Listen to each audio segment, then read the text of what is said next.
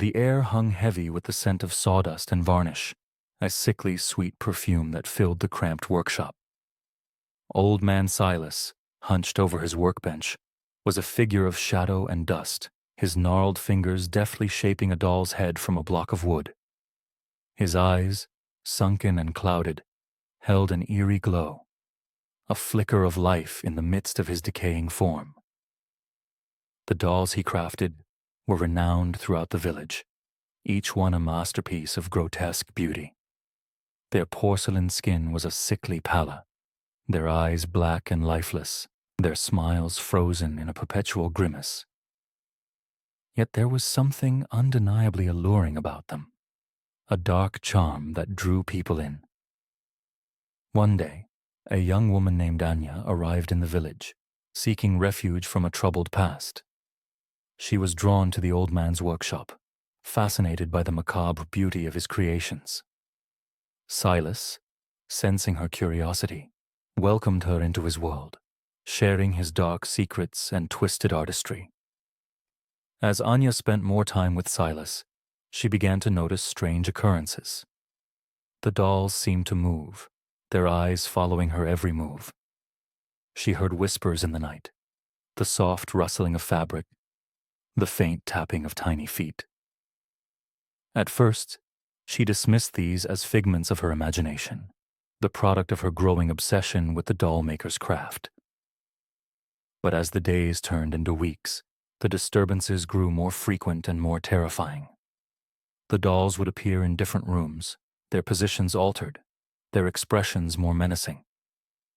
Anya would wake to find them staring at her from the foot of her bed, their eyes filled with a malevolent intelligence. One night, a storm raged outside, the wind howling like a banshee. Anya was alone in the workshop, lost in her work, when she heard a soft tapping at the window. She turned to see a doll, its eyes glowing in the darkness, beckoning her to the window. Curiosity overcame her fear, and she approached the window, peering out into the storm. Suddenly, the doll lunged, its tiny hands clawing at the glass. In a panic, Anya stumbled backward, knocking over a shelf of dolls. They crashed to the floor, shattering into 1,000 pieces.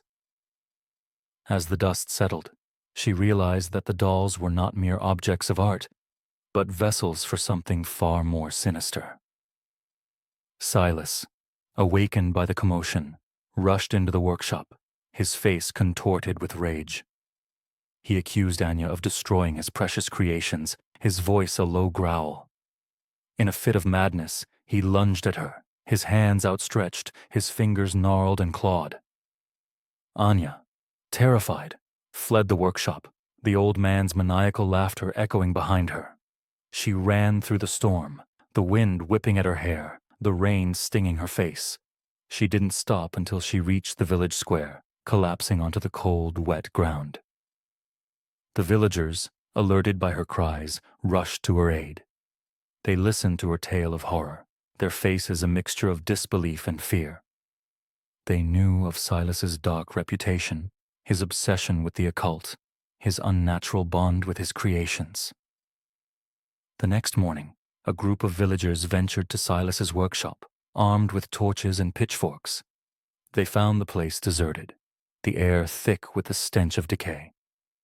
The dolls, scattered across the floor, were lifeless, their eyes dull and lifeless.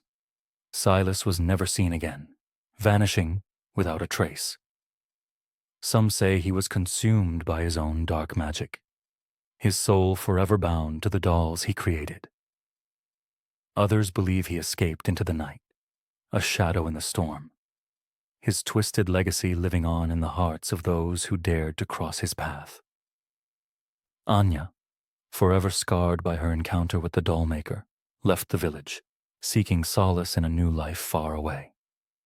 But the memory of the dolls, their haunting eyes and sinister smiles, would forever haunt her dreams. Subscribe for more stories. Let's step beyond the veil.